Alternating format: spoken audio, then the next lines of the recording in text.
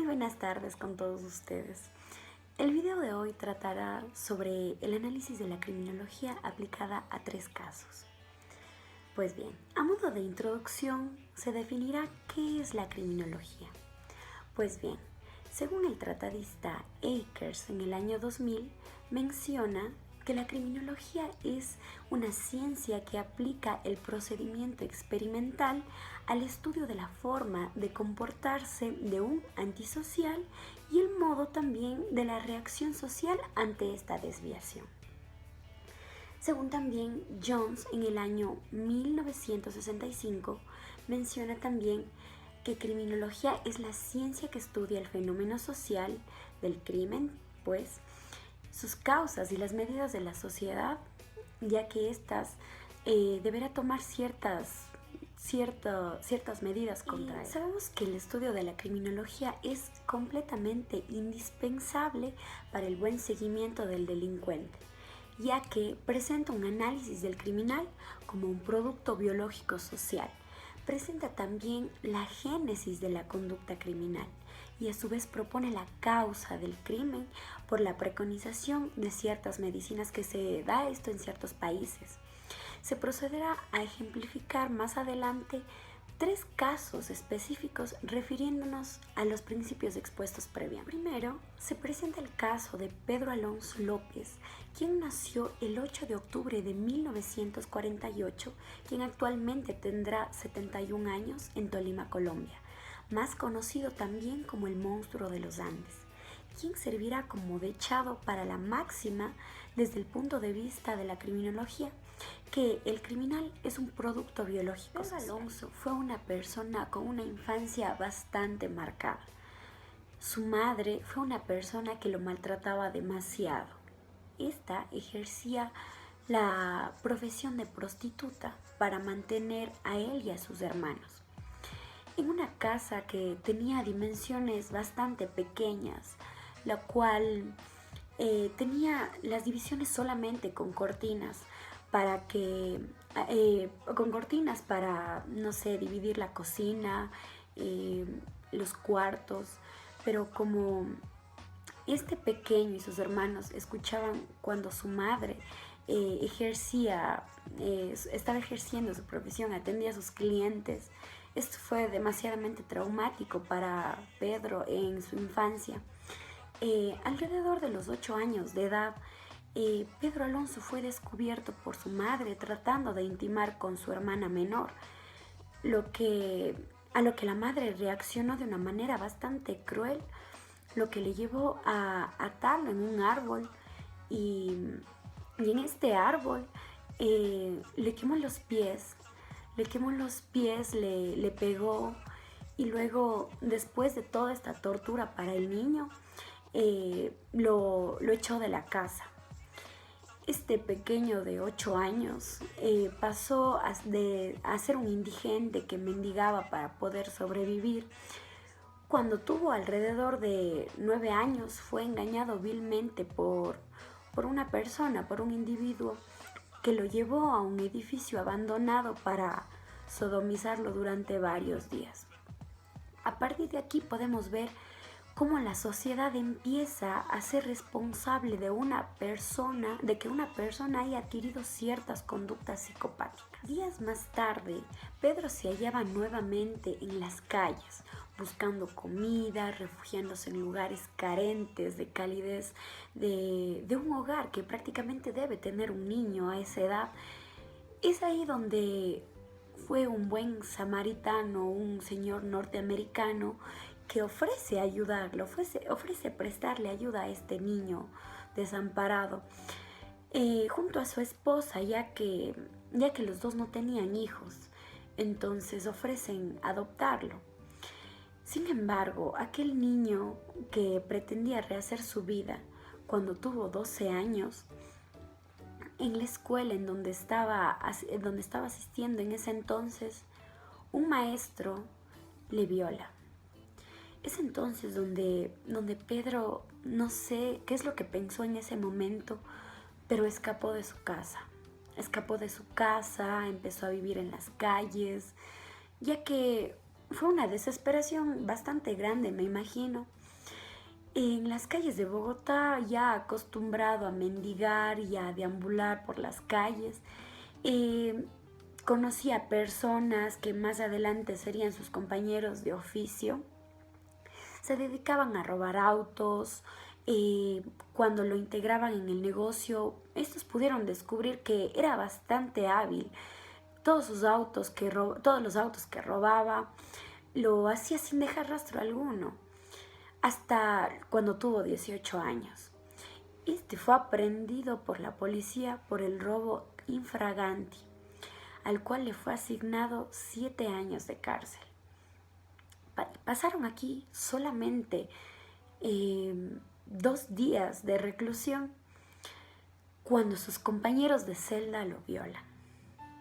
Otra vez, sí, lo violan.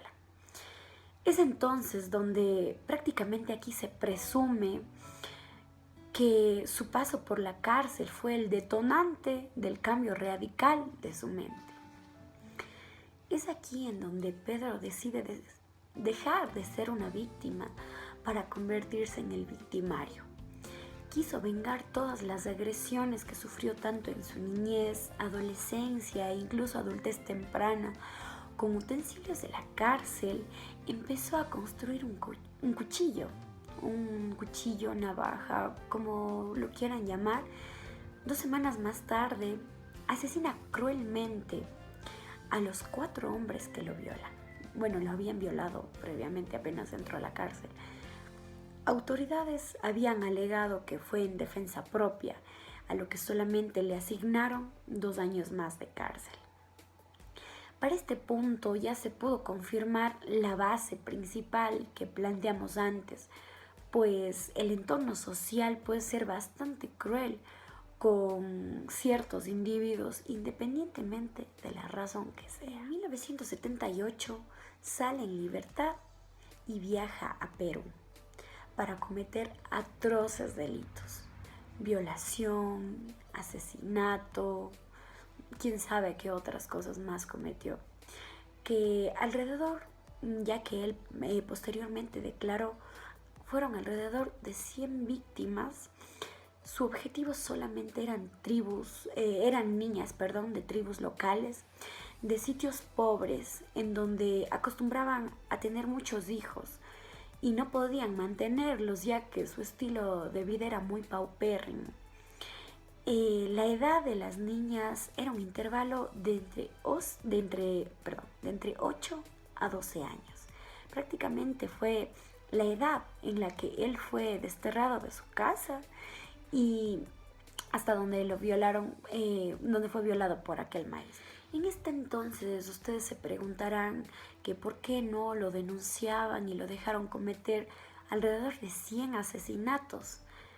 Pues bien, en este entonces los familiares de las víctimas no lo reportaban, ya que debido a la pobreza misma y tenían varios hijos, pensaban que las pequeñas podrían haberse escapado de la casa para quizá ir a un lugar mejor, obtener un estilo de vida un poco más, no sabría decirlo, un poco más tranquilo, un poco mejor.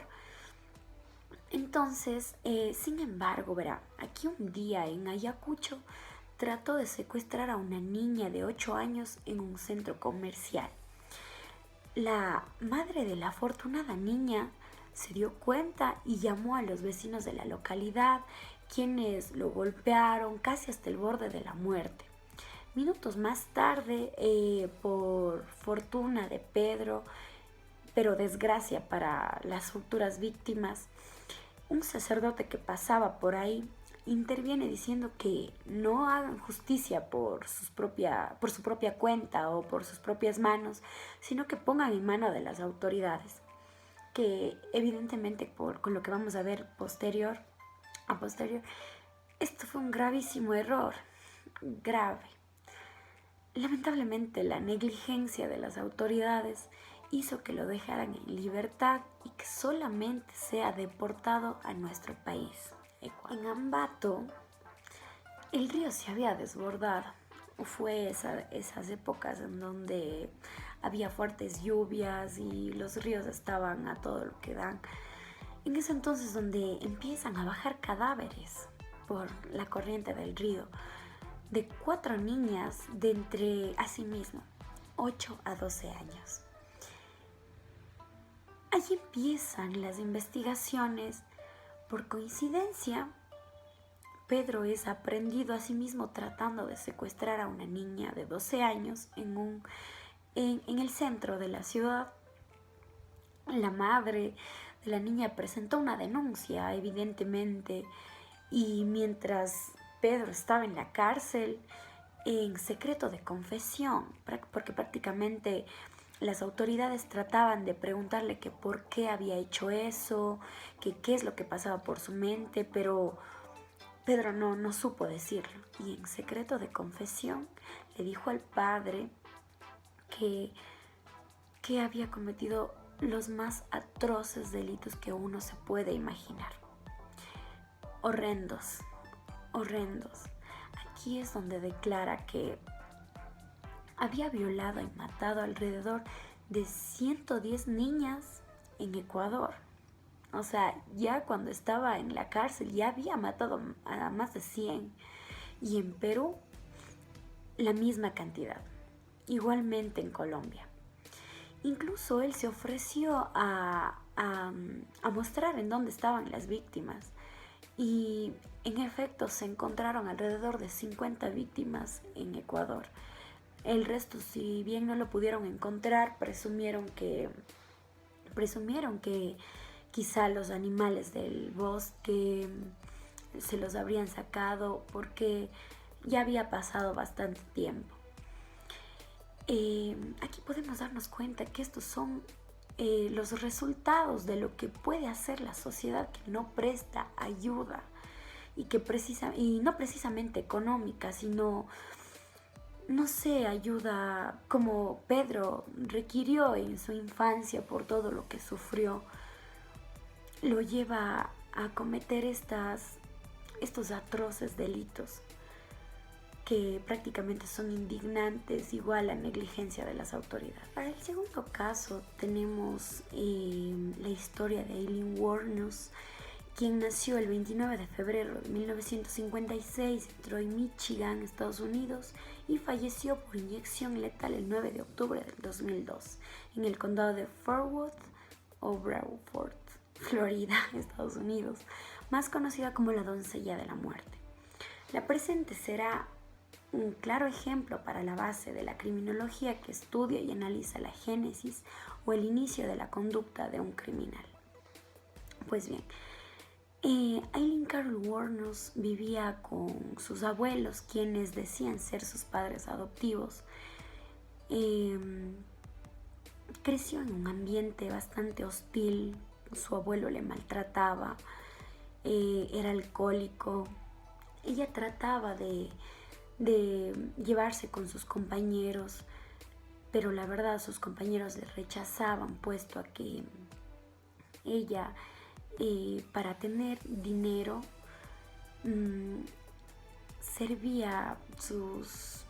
prestaba sus servicios sexuales a los niños del condado a la edad de tan solo 8 años. Su abuelo la violaba. Es una historia bastante impactante. Su abuelo la violaba, llevaba a sus compañeros para que así la violen también. Vivió un ambiente bastante fuerte. Ella mantenía relaciones sexuales con su hermano mayor, puesto que sentía que era la única persona que lo entendía, que la quería. Era bastante duro, ya que ella trataba de socializar con las demás personas y éstas le rechazaban. La llamaban la cerdita de los cigarrillos, porque a cambio de los servicios sexuales que ella prestaba, le daban monedas y cigarros. Incluso una vez ella hizo una fiesta para todos sus amigos y compró absolutamente todo: comida, frituras, alcohol, y no le prestaron atención. Es más, le sacaron de su propia fiesta diciéndole que ella solamente servía para ciertas cosas. Pues bien, ella tuvo un hijo también. Se presume que aquel hijo fue producto de la violación de uno de los amigos de su abuelo. Pero como era menor de edad, este niño pasó a ser adoptado y el abuelo los echó de la casa a su hermano y a ella. Ella trataba de vivir una vida un poco más normal, pero no podía. Pasó a vivir en el bosque, sus manos se quemaban por el frío que hacía en las noches, no tenía con qué taparse. Eh, Trataba de sobrevivir. Más adelante conoció a una persona a quien llegaría a ser su pareja a futuro, pues descubrió que su sexualidad no siempre fue hetero, sino que descubrió que era homosexual, que le gustaban las mujeres también. Entonces, con esta chica tuvieron una relación muy larga. Esta chica trabajaba así e incluso con ella llegó a sentir lo que con ninguna otra persona había sentido. Se sintió protegida, se sintió amada, se sintió querida. La verdad se sentía muy bien, pero prácticamente ya los servicios sexuales que ella prestaba y en base a su físico ya no le favorecían. Una noche ella estaba pasando por la autopista de su ciudad y es cuando le aborda un señor, le aborda y ella menciona que él le quiso violar y ella solamente se defendió. Entonces, realmente nunca se supo qué es lo que pasó o quién fue el que primero inició, pero este señor murió. Ella lo mató. Ella tenía una ira tan grande contra los hombres que a partir de ahí los mataba. Llegó a matar alrededor de 7 personas y fue la primera asesina serial de Estados Unidos. Mató a 7 hombres que supuestamente intentaron violarla y los robaba. Y así lograba sobrevivir con su pareja. Esta persona, esta mujer, la verdad tuvo una infancia bastante marcada. Fue muy cruel la vida con ella, incluso las personas que la rodeaban. Es entonces como uno empieza a darse cuenta de que uno forma un criminal, ya de que si no nace con ciertas conductas psicopáticas, uno va formando un criminal y si es que uno no brinda ayuda, aquella persona no sabemos cómo va a crecer, no sabemos qué conductas va a adquirir. Así que, pues bueno, es bastante complicado y bastante interesante el área de la criminología. Procediendo a esto, vamos al tercer caso, que este es un caso completamente hipotético, es solamente para ejemplificar. Este caso es de Arthur Fleck, que la mayoría de ustedes ya conocerán, es el Joker o Guasón de la película. Pues este servirá para la máxima según la criminología, de que mediante de la máxima de que es la causa del crimen por la preconización de los medicamentos para el comportamiento antisocial. Como habrán visto la película, quienes vieron, podrían haberse dado cuenta que él tenía sus conductas, digamos así, normales cuando él ingería sus medicamentos, asistía al psicólogo, no sé, si bien no se acoplaba bien en la sociedad porque el resto de personas lo agredían, pero estaba en sus estándares normales. Sin embargo, luego que el Estado cortó cortó completamente el presupuesto para brindar medicamentos y ayuda para las personas que lo requerían. Él empezó a sentirse desesperado y ante aquella enfermedad que él tenía ya no se podía controlar. En lo absoluto no se controló y fue ahí cuando mató a esas dos personas en el tren. Entonces, ahí más o menos se puede hacer como una comparación de que realmente los principios de la criminología sí se dan en los casos de la vida real o incluso casos hipotéticos. Para no hacer más largo este video, vamos a dar por concluido diciendo o razonando que todos y cada uno de estos asesinos que hemos analizado previamente en base a los principios de la criminología han tenido serios problemas en su niñez. Las personas que lo rodean fueron muy crueles, siempre hicieron caso omiso de cualquier ayuda posible. Nunca sabremos a ciencia cierta identificar a un asesino en serie. Sin embargo, teniendo en cuenta que todas estas personas, ya sean casos reales o hipotéticos, se pudo evitar. Al igual que muchos de nosotros buscamos ignorar a las personas que necesitan ayuda, ya sea en un ambiente de alcoholismo o de maltrato tanto físico como psicológico, si es que la sociedad fuese un poco más consciente y empática con el prójimo, se evitaría un sinnúmero de masacres. Es entonces donde comprobamos que el principio de la criminología tiene toda la razón. El ser humano criminal es un producto biológico social, que son las causas directas que desencadenan las conductas de carácter criminal. Gracias por haber visto este video.